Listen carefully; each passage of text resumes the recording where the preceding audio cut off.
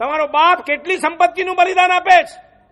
હું એ ભણ્યો છું એસએસસી સુધી, પણ તમને કહું 7મા ધોરણ સુધી તો કોઈ ફી જ નથી. મ્યુનિસિપાલિટીની સ્કૂલમાં 8મા ધોરણમાં આવ્યા, મહિને 8 રૂપિયા. 9મા ધોરણમાં ગયા, મહિને 9 રૂપિયા. 10મા ધોરણમાં 10 રૂપિયા. 270, 30 રૂપિયા બીજા એડ કરો, 300 રૂપિયામાં અમે 1 થી 10 ધોરણ ભણ્યા છીએ.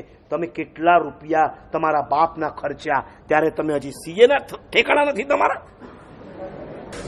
300 રૂપિયામાં હું 10 ધોરણ ભણીને આવ્યો છું. અમને પોકેટ મની નહોતું, કોઈ ટ્રીપમાં અમે લગભગ જતા નહોતા.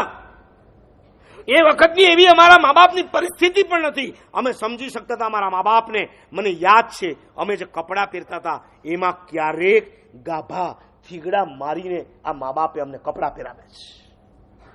અમે એટલું ના સમજી શકીએ અમારા મા બાપને. જે મા બાપ પોતાના દીકરાને થીગડા મારેલા કપડાં પહેરાવતા હશે એ મા બાપ પાસે હું એમ કહું કે પોકેટ મની આપો.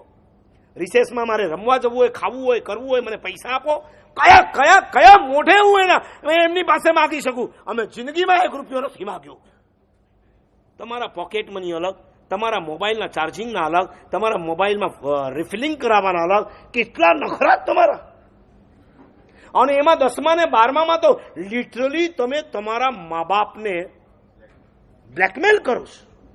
90 અપ લાવવા હોય તો તારે મને સ્કૂટી અપાવવું પડશે. કોના માટે છે? કોના માટે છે? તમે કોના માટે ભણો છો? તમારા મા બાપ માટે ભણો છો?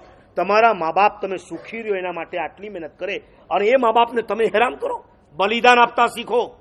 એ સંપત્તિનું બલિદાન આપે છે. તમે બીમાર પડો છો ને કદાચ સાજા ન થાવ, તમારા મા બાપ દેરાસરમાં જઈને ભગવાનને કહેતા હશે, ભગવાન આને આવી બીમારી આપી, એના કરતાં બીમારી મને આપી દે. એ સ્વાસ્થ્યનું બલિદાન આપે છે, અને જરૂર પડે તો પોતાના શ્વાસનું પણ બલિદાન આપવા તૈયાર હોય છે.